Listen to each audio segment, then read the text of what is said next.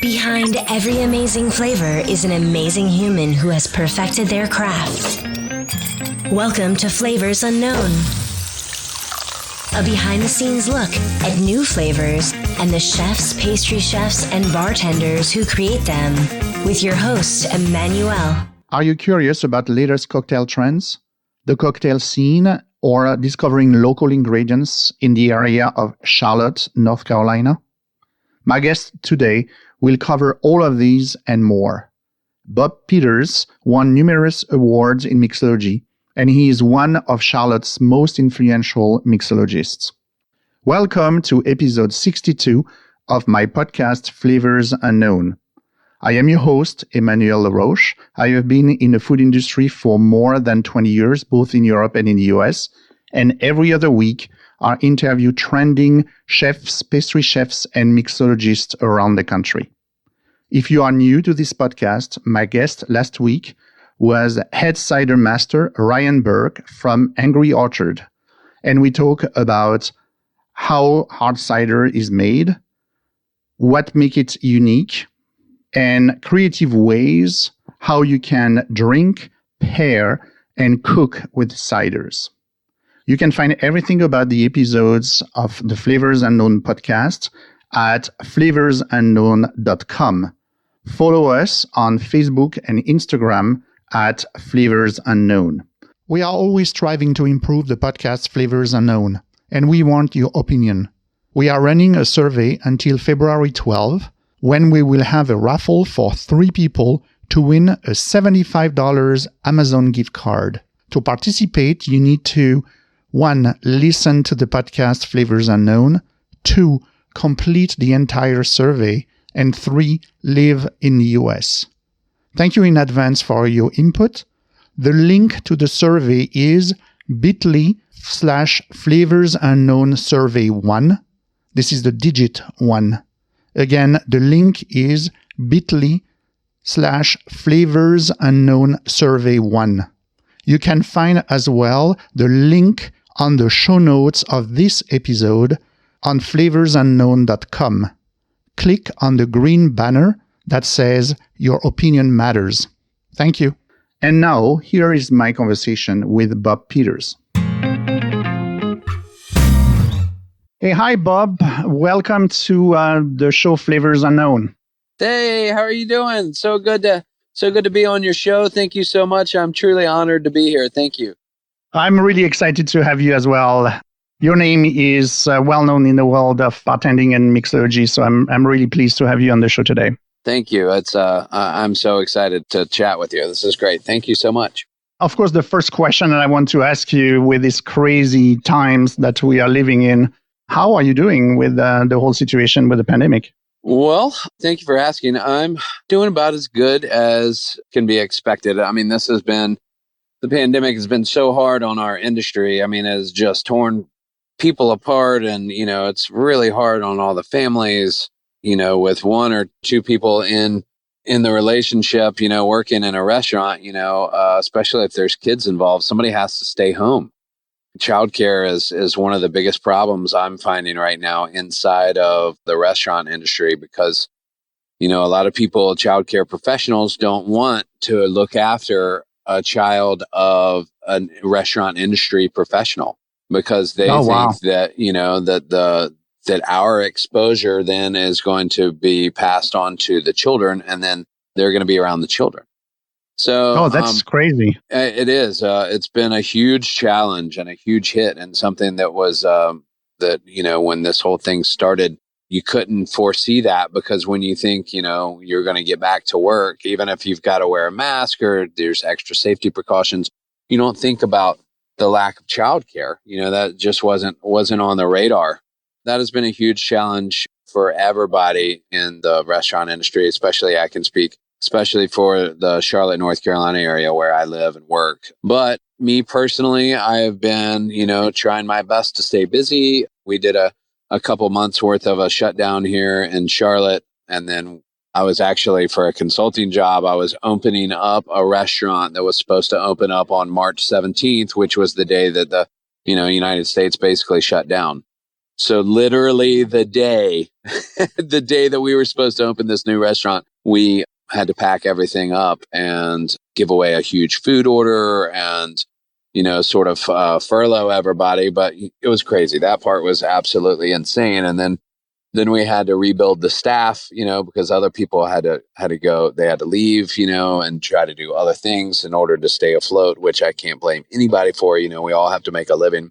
We got back open right around the beginning of June, this little neighborhood place, which is really beautiful and great, called the Grinning Mule. And so that has been a great project on top of some of the other stuff that I've been doing. And I've been doing a lot of virtual classes. So did you turn your garage into a bar? Yeah.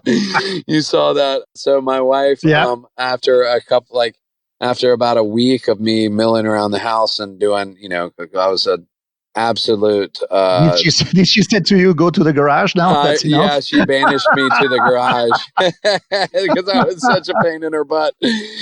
So then I cleaned up the garage, and then I was like, we both had sort of the forethought, the understanding pretty quickly that this was going to last longer than the 2 weeks that they promised us up front, that it was going to last. So I started contacting some of my friends who are in the TV business and things like that and asking them how to do like TV lighting, but on a shoestring budget.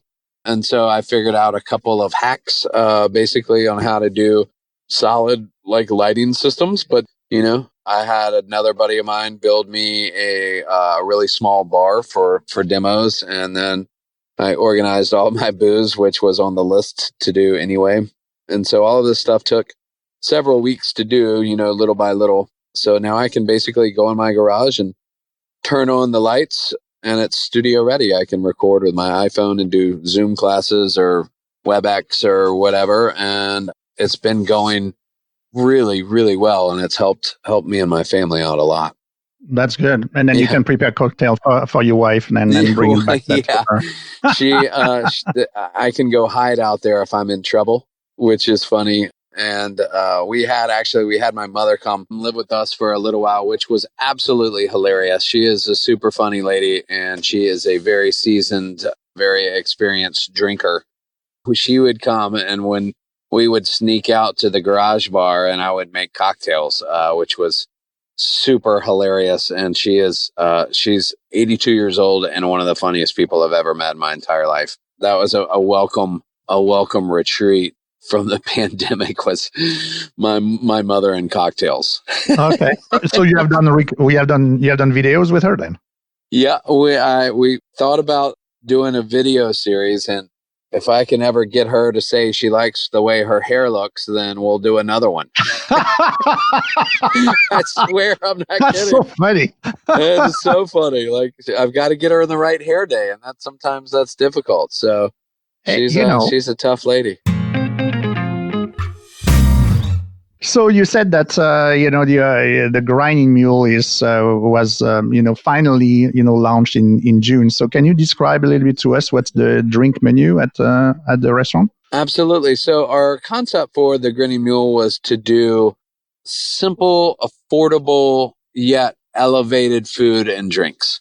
For the cocktail menu, we kicked around some ideas and some recipes, and we realized that if we were able to keep things within reason, then we could do all of our cocktails, no matter what they were, for $11.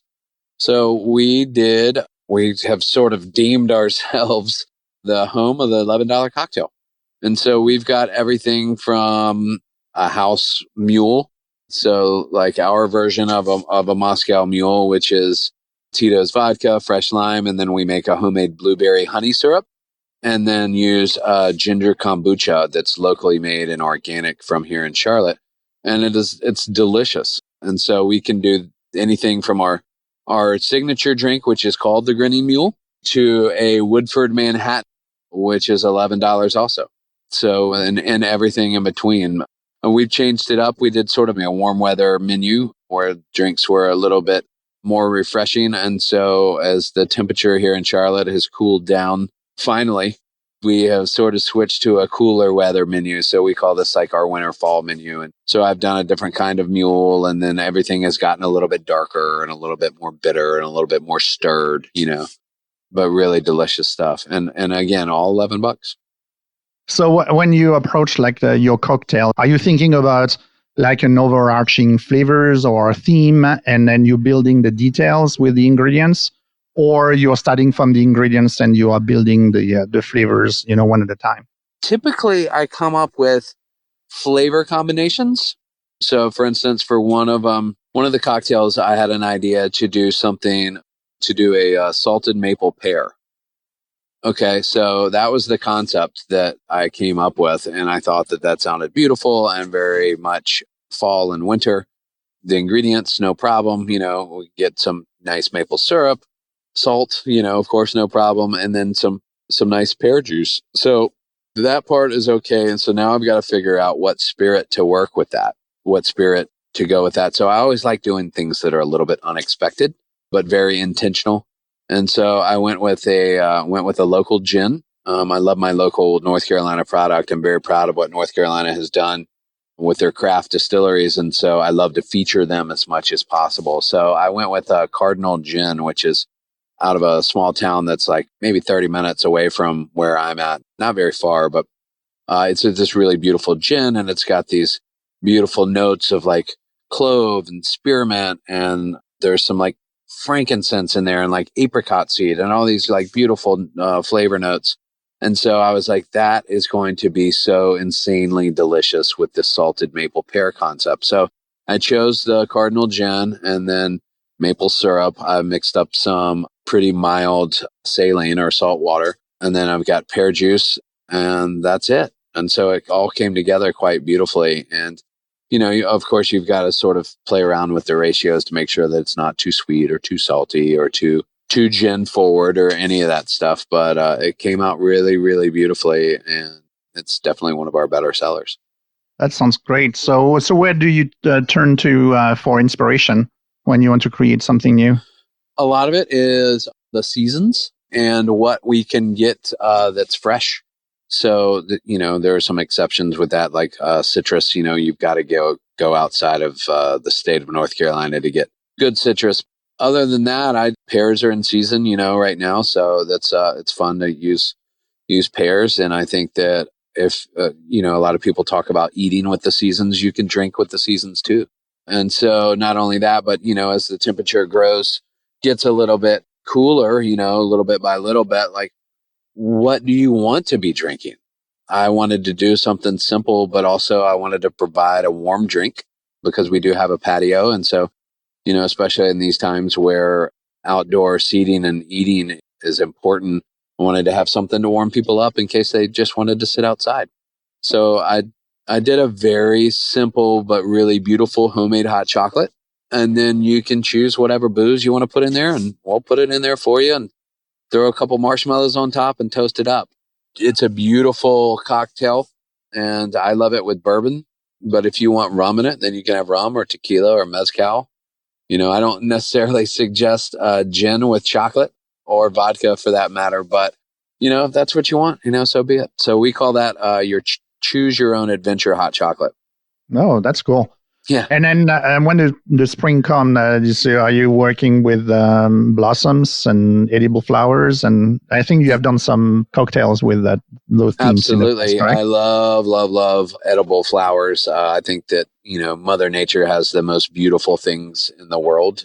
If we can showcase that stuff with, maybe a pop of a garnish, then that's prettier than anything I can make, Okay. And it's simple and elegant and beautiful. And I think things that are simple a lot of times are elegant. And I love elegance. And I think elegance is beauty. That to me is pretty close to a perfect garnish. A beautiful little flower in the spring, I think is pretty perfect. Are you making, specific like syrups with, blossoms? Do you have any examples, or you remember any from maybe the last spring? Yeah, actually. So in North Carolina, there is a flower that grows in sort of a micro season. And it's something that sort of just appears like on the side of the road. Sometimes you can see it when you're driving down the highway or in clumps. And it's actually kind of a weed. It's kind of a weed. And so this weed grows on big trees, and we have plenty of those here. And so then you'll find these clusters of these beautiful purple flowers that are sort of attaching themselves to these big, beautiful trees in the canopy. And it's called wisteria. If you can get a handful of them, they have the most beautiful, absolute stunning, but still sort of mild aroma to them.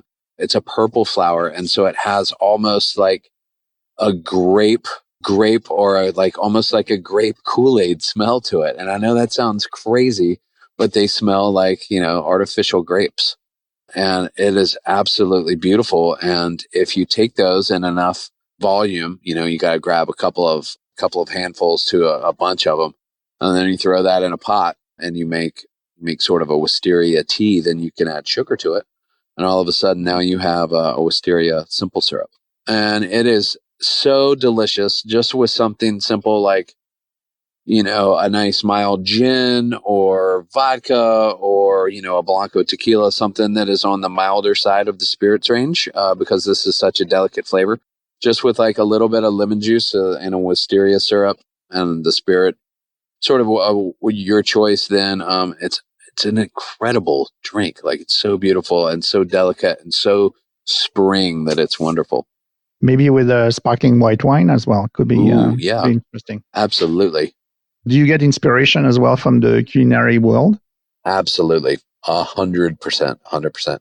I think that a lot of times that the culinary world leads the bartending mixology sort of world. And so the trends that they start are followed up, and techniques that they create are followed and then developed into things that we can do on the liquid side of things. Can you give us an example?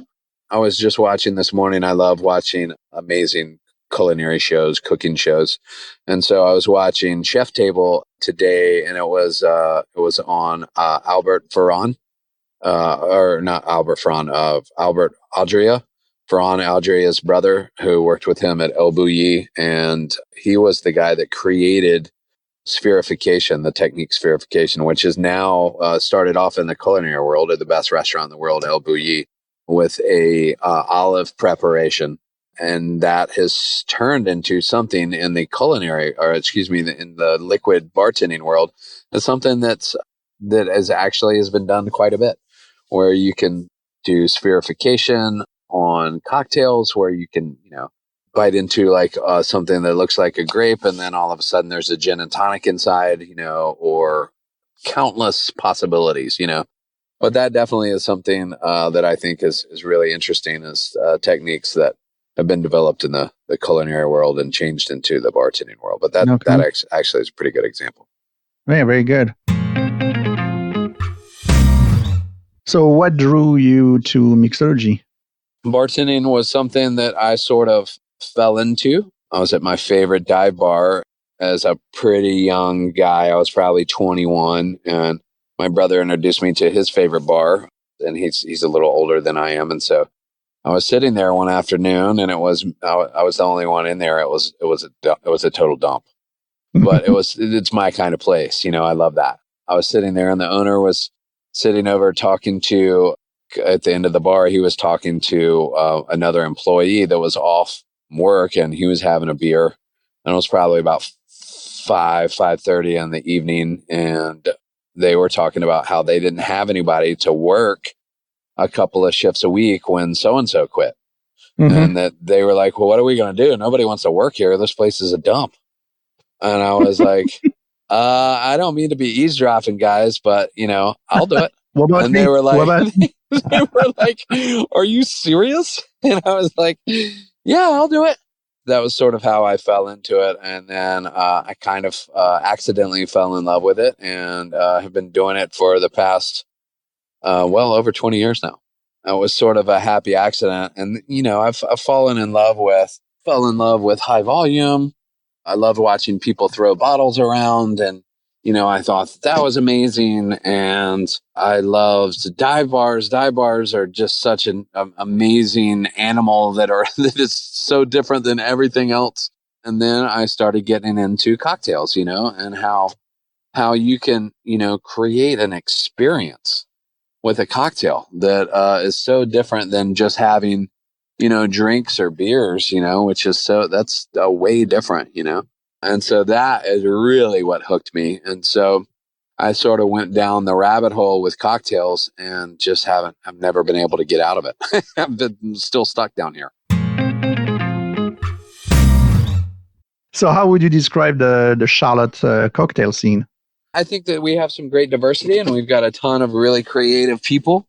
Now it's great because there's all of a sudden a lot of people that are interested in doing elevated cocktails and creating experiences. And sort of when this whole thing started here in Charlotte, there was a couple of my buddies and I were doing it, and that was about it. And so it was kind of the odd thing, to have people saying, well, we don't have Red Bull, we don't have Jack Daniels, we don't have this or that or Bud Light. And they were like, what do you mean you don't have Red Bull? What do you mean? And it's like, well, that's not that kind of place, like we're trying to do something different. And they're like, well, what are you trying to do? And so it was this really interesting sort of give and take of different things that were happening and trying to create a new experience and something that nobody else was doing. So it was really interesting time. And I thought it was pretty amazing. That was probably 10 years ago. So now when you go into a restaurant here in Charlotte, people expect you, at a nice restaurant to have a good cocktail list and to be doing things that are interesting and to have an elevated list and some nice booze, and things like that. So it has changed quite a bit, and I see it continuing to change in a really good way from this point on, for sure. So you're talking about the fact that you are using a lot of local ingredients, and obviously you are a man, from the South. So if there's any specific Southern ingredients that you are leveraging in your cocktail recipes? I will tell you that one of my favorite Southern ingredients is sorghum. Yeah, I think sure. I think it's sorghum is like sort of it can be a wild growing kind of grain where you can get a sap out of it that's similar to molasses. In fact, it's called like the molasses of the South. It's really interesting. It's not quite as sweet as like maple, and it might have a little bit more texture to it than like a bit more gritty texture than molasses does, but it's really quite beautiful. It's very, very Southern. And, famous Southern dish, of course, is biscuits. Biscuits are so famously Southern. And I enjoy biscuits probably way more than I should. But just something simple like a beautiful biscuit that's hot out of the oven with a big slab of butter on it and sorghum is one of the most simple joys in life, and simple things like that, I think can translate to the cocktail world as well. And it can be, again, simplicity, I think, is beautiful and it's elegant. And I love that. So I think that all cocktails don't have to be super complicated in order to be super delicious. So what ingredients are irreplaceable to you in cocktail and why? Ooh, obviously you have to have good citrus around almost all of the time. I would say an Amaro of some sorts, if not an arrangement of Amaros, because I think that a little bit of an Amaro or some kind of bittering agent will give so much depth to cocktails. And if you use it right, things that it doesn't have to turn out bitter or like, too fernetti, if you want to call it that, or too heavy on that side. If you use it the right way, sort of sparingly with a light hand, I think that definitely Amaros are a huge thing that I would have a hard time without. And then, like just good booze in general, like I said, I mentioned Cardinal Gin earlier, which is amazing. I think life would be hard to go through without a good bourbon, good mezcal, good tequila. I agree. That would be pretty tragic. Good cognac. Cognac is one of my favorite ingredients. Absolutely. So all those things I would find a hard time to get by without. Okay. What unique and or unfamiliar ingredients are you using in your cocktail? And something which is like really, different. I have a relationship with a company called Ripples, where I've done some research for them, and so they have this beautiful company that's based around family and love and trust, and that's all the things that I believe in and how I try to live my life as well. So I have this great relationship with Ripples, and so they basically have this piece of technology that can print images on top of micro foam cocktails. So like egg white cocktails or Guinness foam or any micro bubble they can print on top of. And so it's just absolutely opened up my creative side to do really fun, outrageous, unusual things. And so that, you can just do an egg white cocktail or an aquafaba cocktail, which I think is interesting to use chickpea water. I think that's super cool. But you can also make a foam and an ISI canister out of one or both of those ingredients, and then use that. So I think that it lends itself to a whole nother level of creativity when you introduce a foam as an ingredient by itself. That, I think, on top of the cocktail is super interesting and really odd, sophisticated at some point. Sure. So you can put words so that I think, you can do some, extra marketing, I guess. And then on the other end, can you put as well some pictures, like, Sure. On it? Okay, cool. Absolutely. So I did the one that I did recently that I was really happy with how it turned out is I printed a picture of a Banksy print on. So I'm not sure if you're familiar with the artist Banksy. He's sort of this guerrilla artist, an urban guerrilla artist who would sneak into different parts of the city and then sort of stencil these images onto walls. And he's done it actually in lots of different places all over the world. And I think somewhere in the Middle East, he did a stencil of a protester that looks like they were getting ready to throw like something like a Molotov cocktail. And they had it like a bandana over his face. But instead of throwing a Molotov cocktail, he was throwing a bouquet of flowers, which I think is such a powerful, beautiful image and such a great statement to make, as far as fighting our battles with love as opposed to with violence. I think is a great thing to sort of bring into our vernacular, into our thoughts, and then bring into action. But so what I did is I put an actual flower over his bouquet, and so it was a multi-dimensional sort of presentation that was really, really interesting, and I love how it turned out.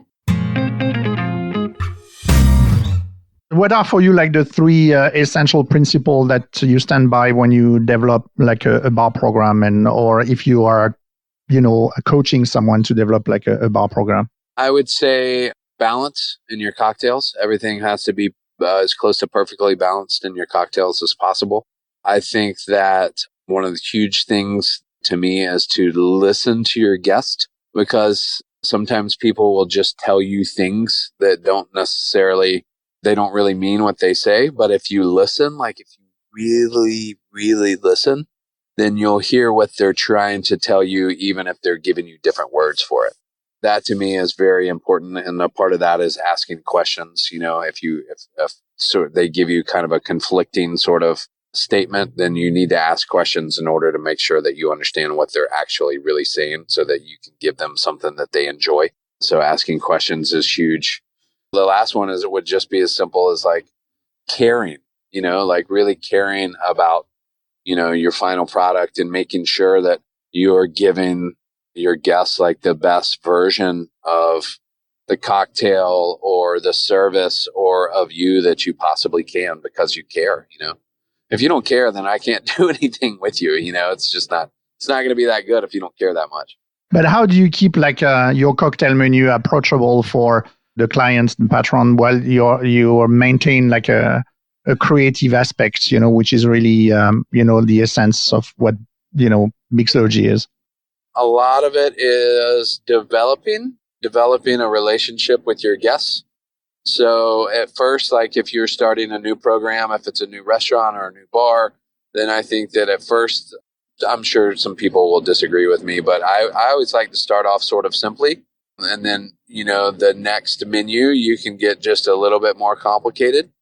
And then the menu after that, you can get maybe a little bit more complicated. But during that time, you're building a relationship with your guest, and I say guest is sort of in general, your public, and so little by little, they get to trust you more and they allow you to do more stuff for more freely. And so you're also, while they're getting to know you, you're also educating them, and so I have guests, of course, that don't know what Amaros are all the time, and so then I get this beautiful opportunity to share with them, the knowledge that I have about such a super cool but so different sort of genre of spirits like Amari, and so I love it, and that's if you walk into all of those interactions with, and this sounds corny, but I really mean this. If you walk into all these interactions and situations with love in your heart, where you're sharing things with people as opposed to telling them about stuff,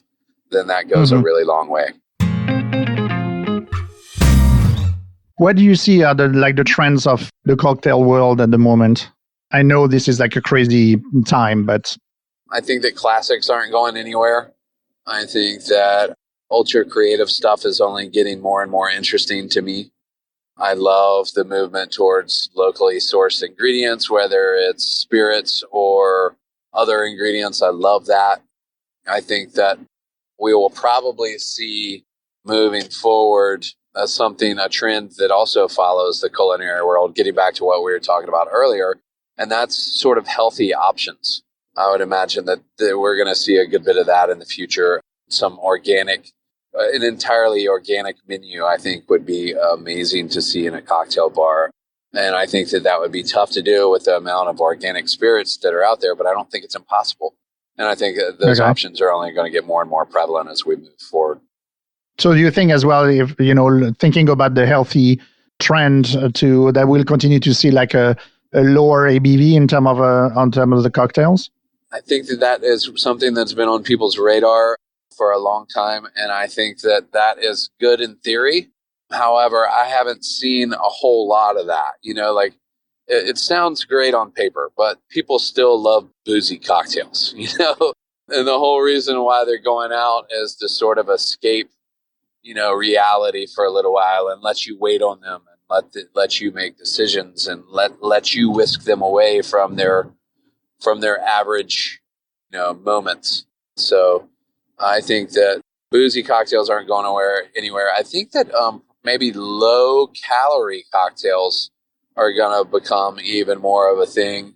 People's understanding about caloric intake and about how sugar works and how bad probably sugar is for your body. I think sugar, is going to become more and more public enemy number one as things move forward. And so I think like ingredients that give you the perception of sweetness that not necessarily are sweet, but give you that perception are going to become more prevalent. And then that will move into the next sort of tier of the healthy, the health era, which I think is great. Talking about like, boozy cocktail, I really love the, the type of like old fashioned or Manhattan. So can you give us an interesting approach to like a creative approach to what an amateur bartender at home could prepare unique and maybe with, a type of your signature, on a Manhattan cocktail or old fashioned? Absolutely. So one of my favorite cocktails, and I get this a lot from my guests when I make this for them, when I know that they want sort of a boozy Manhattanish kind of thing, is I play just a little tiny trick on them, and I give them something related to a Negroni, but a bourbon Negroni. As we all know, one of my favorite all-time cocktails is the Boulevardier. And I love the story of a bourbon Negroni and how that turns into a Boulevardier. Well, when one of my favorite things to do is to substitute out Campari for Cynar, which is a cousin of Campari. And then it gets, I think, a little bit more bitter, a little bit less sweet, and then very herbal, and not quite as fruity as the Campari lends itself to be. I love making people who enjoy Manhattans, I love making them a Cynar Boulevardier, which in my build, it goes like 2 ounces of a really good, strong flavored bourbon. It doesn't necessarily have to be 100 proof, but I love a good, strong backbone bourbon with big shoulders that you can put flavors on that really still stands out like a bourbon. Woodford Double Oak is one of my favorites to build a Cynar Boulevardier with. And so that I do 2 ounces of that, and then like 3/4 of an ounce of Cynar and a 1/2 ounce of some really nice vermouth.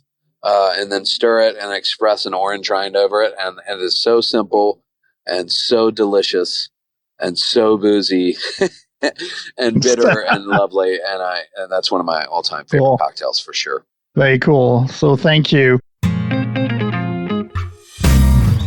I'm going to finish the interview now with like a series of quick rapid fire questions. Okay. So if it's okay with you. So are you tequila or mezcal?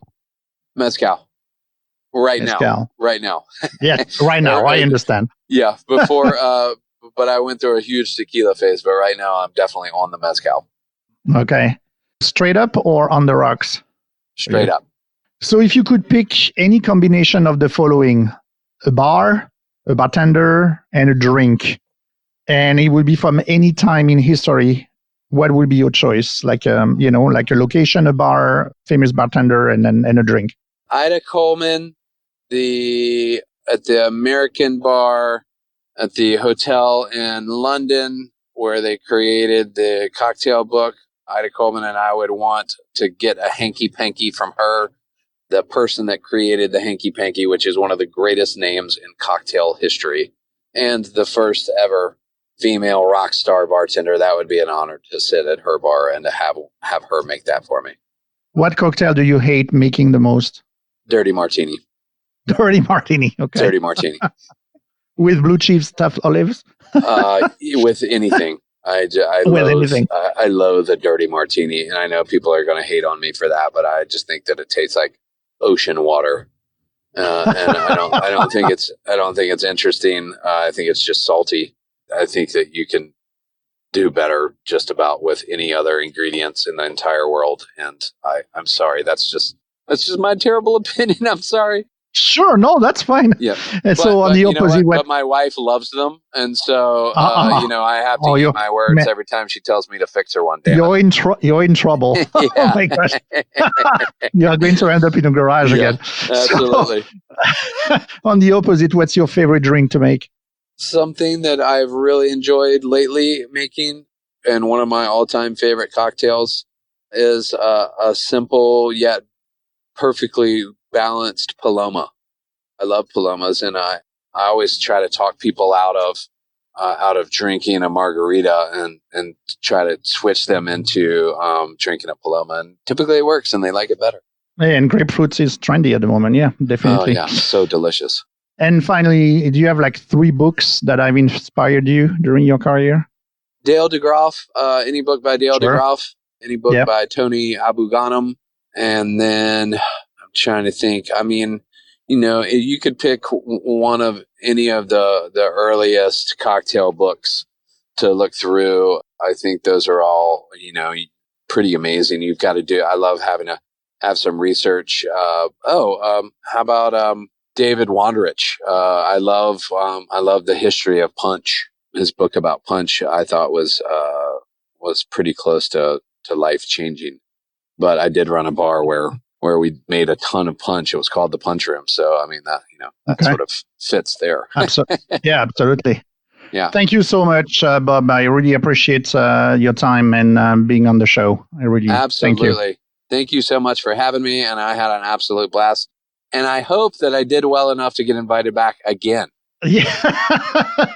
Okay. And I hope that's when the pandemic is over, I can come back to Charlotte and, have a drink with you. Absolutely. And you can come hang out with me in the garage bar. Absolutely. And your mom. Yeah. Great. Yeah, and my mom, yeah. And my wife will make her dirty martinis. Absolutely. Okay, great. Yeah.